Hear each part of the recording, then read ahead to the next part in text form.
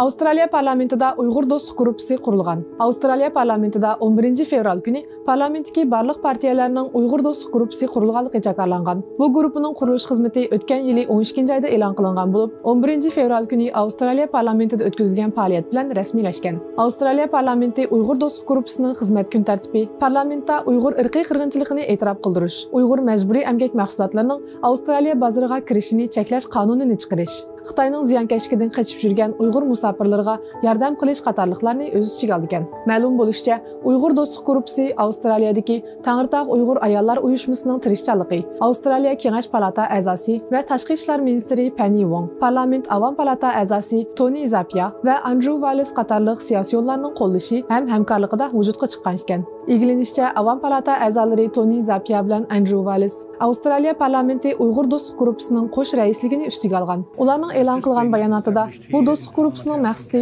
Avstraliya va dunyodagi Uyg'ur jamiyatiga ta'sir qilayotgan masalalarda dialog qurish va diqqat qo'zg'ashni ilgari surish, do'stlik gruppasining partiyalar hal qilgan hamkorligi orqali kishilik huquq, madaniyatni qo'g'dash, kuchlik moslashish va haqiqiy o'zgarish elib kelish ekanligini bildirgan. And so it enables the Parliament of Australia to have a much better understanding of the issues that are important to both the Uyghur people back in their homelands and here in Australia.